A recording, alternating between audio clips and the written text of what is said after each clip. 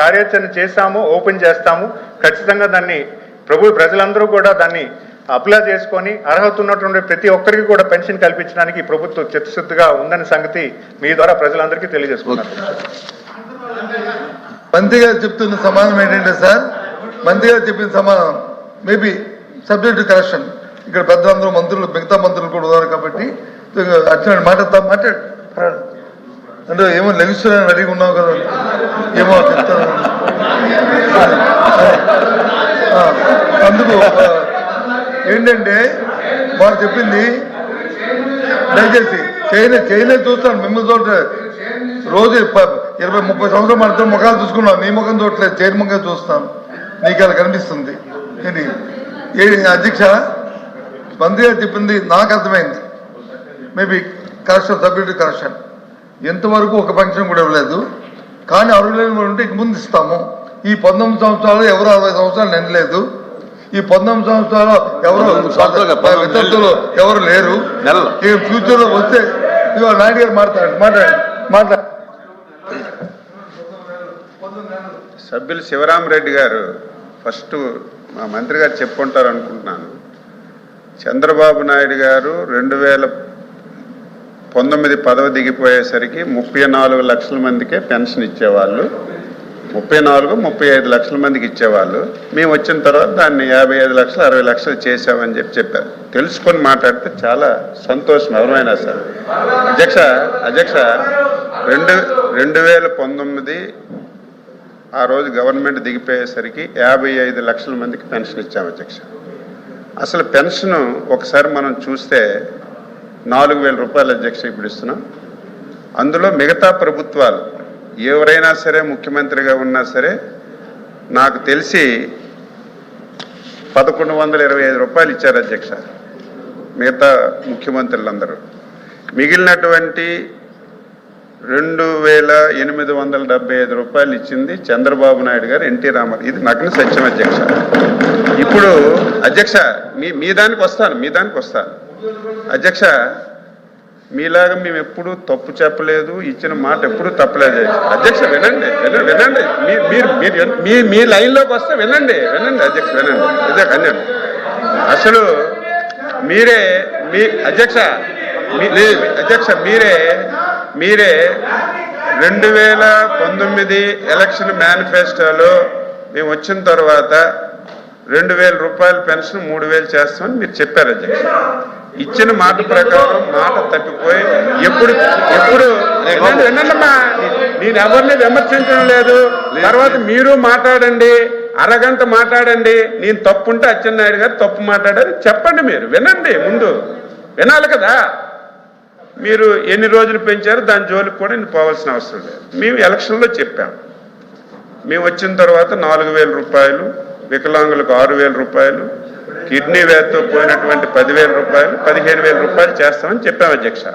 ఇచ్చిన మాట ప్రకారం మేమేదో అధికారంలోకి వచ్చిన తర్వాత కాదు, రాక 2 మాసాల ముందే చేస్తామని చెప్పి ఇవ్వడం జరిగింది. 20 మాసాల్లో ఈ దేశ చరిత్రలో ఏ రాష్ట్రం ఇవ్వని విధంగా 54,000 కోట్ల రూపాయలు డైరెక్ట్గా ఒక పెన్షన్కే డైరెక్ట్ బెనిఫిట్ స్కీమ్ కింద ఇచ్చాము అధ్యక్ష.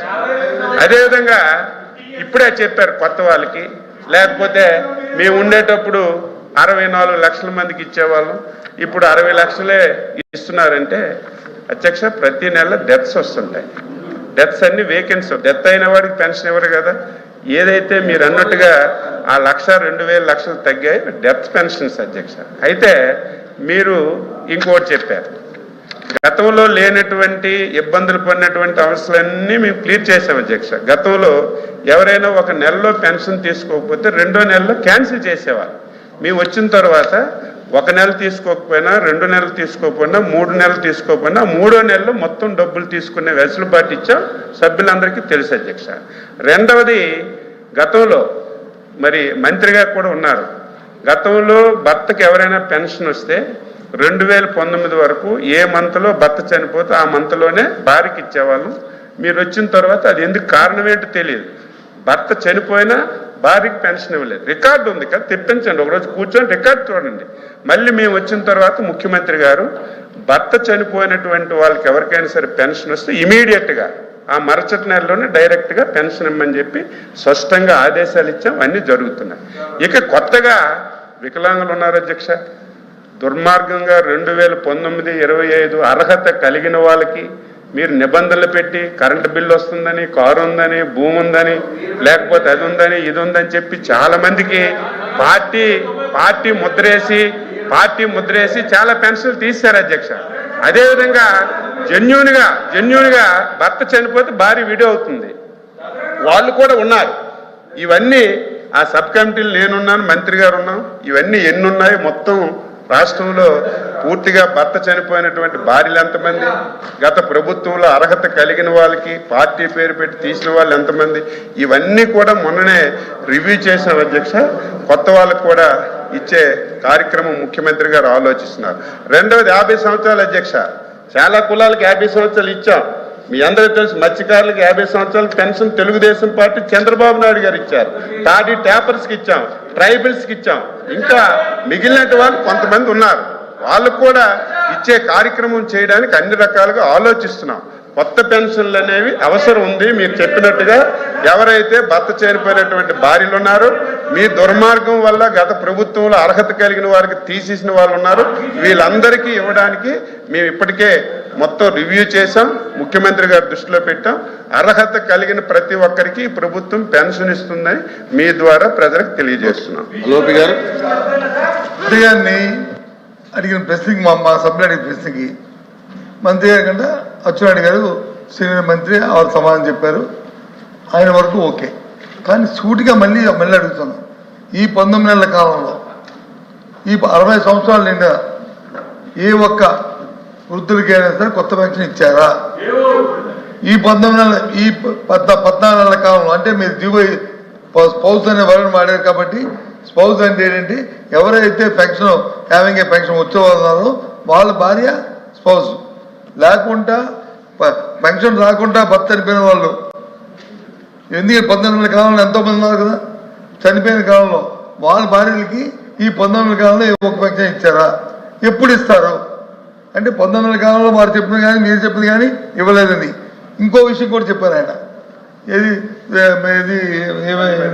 సిగ్నేట్ వ్యాలిడిటీ, ఎవరైతే పెన్షన్ ఎలిజిబిలిటీ కోసం పెట్టాం కదా ఎలిజిబిలిటీ, ఇంతకుముందు ఇచ్చిన ప్రభుత్వం పెట్టిన ఏదైతే ఎలిజిబిలిటీని ఇచ్చారు, మీరేమైనా మార్పులు చేశారా? చేయలేదు కదా. అదే మార్పులు కదా జరుగుతున్నాయి. మరి మీ ప్రభుత్వం వచ్చినందుకు కూడా దాంట్లో ఏం మీరు మార్పులు చేయలేదు కదా. అదే కదా ఇస్తున్నారు ఎలిజిబిలిటీ, అదే కదా క్రైటీరియా. ఆ క్రైటీరియాని మీరు మార్పులు చేయలేదు కాబట్టి అది పక్కన పెట్టండి, అది అప్రస్తుతం. మీరేదో మేము ఉద్ధరించమనడానికి గత సంవత్సరం కూడా 3,000 రూపాయలు ఇచ్చాము. ఈ సంవత్సరం మీరు మీ ఎన్నికల ప్రకారం 4,000 ఇస్తాం, 4,000 మీరు ఇచ్చారు, fine, there is no issue. కానీ 50 సంవత్సరాలకి ఇస్తున్నారు, అది ఈ రోజుకి దాని గురించి ఊసే ఎత్తట్లేదు, మాట్లాడలేదు. అది ప్రజలు తెలుస్తారు. ఇందాకే చెప్పాను, రాబోయే కాలంలో ప్రజలు దాని మీద నేను న్యాయం తెలుస్తారు.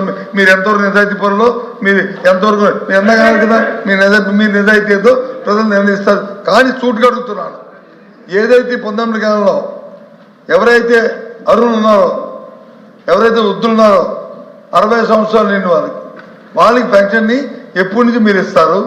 ఎంతమంది ఆ సంఖ్య ఉంది? ఎంతమంది ఆ సంఖ్య మీద ఉందా?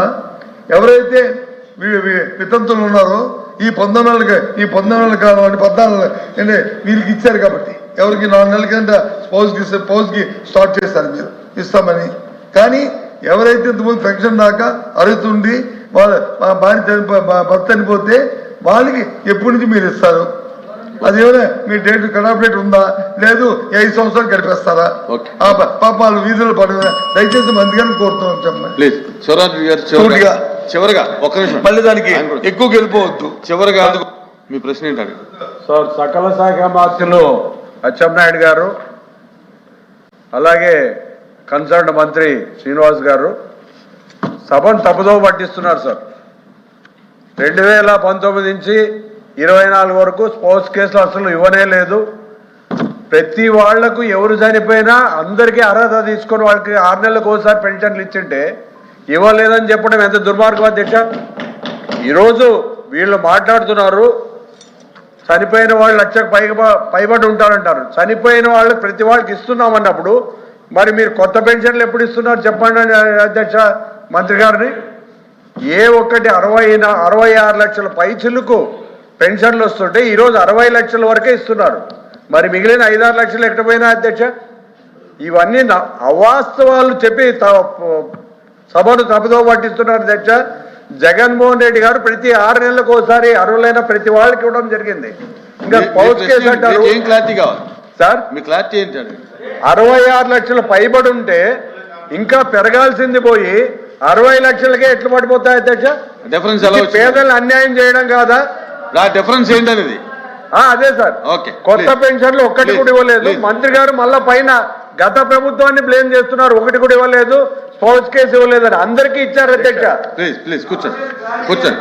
మంత్రి గారు అధ్యక్ష మంత్రి గారు అధ్యక్ష మంత్రి గారు అంటే అధ్యక్ష క్లుప్తంగా చెప్పండి, సూటిగా చెప్పండి. సూట్గా కాదు అధ్యక్ష, ప్రజలకు వివరించాల్సిన ప్లీజ్ వివరించడానికి ఇదే క్వశ్చన్ ఎవరండి? ఇప్పుడు ప్రశ్నలు క్లుప్తంగా అడగాలి, సార్. మంత్రులు సమాధానాలు కూడా క్లుప్తంగా చెప్పాలి. సార్ క్లుప్తంగానే నేను ముఖ్యమంత్రి గారు కూడా మీకు చెప్పినట్టుగా పేపర్లో చదివాం. Yes sir. సార్ అధ్యక్ష, ప్రశ్న ఎన్ని పెన్షన్లు తీసారా లేదని అడిగారు అధ్యక్ష. నేను చాలా క్లుప్తంగా ఈ ప్రభుత్వం వచ్చిన తర్వాత 20 నెలల కాలంలో పెన్షన్స్ తీయలేదని వాస్తవంగా చెప్పాను అధ్యక్ష. అది మొదటి ప్రశ్న సమాధానం అయిపోయింది. సప్లిమెంటరీలు అడిగిన క్వశ్చన్కి నేను సమాధానం చెప్తున్నాను అధ్యక్ష. డిఫరెన్స్ వాళ్ళు అడుగుతుంది ఏంటంటే కొత్త పెన్షన్స్ ఇచ్చారా లేదని అడుగుతున్నారు అధ్యక్ష. అంతే కదా అధ్యక్ష? ఈరోజు 4,70,000 మంది కాలం చేస్తే స్పౌస్ పెన్షన్ కింద సుమారు 2,70,000 మందికి ఇవ్వడం జరిగింది అధ్యక్ష.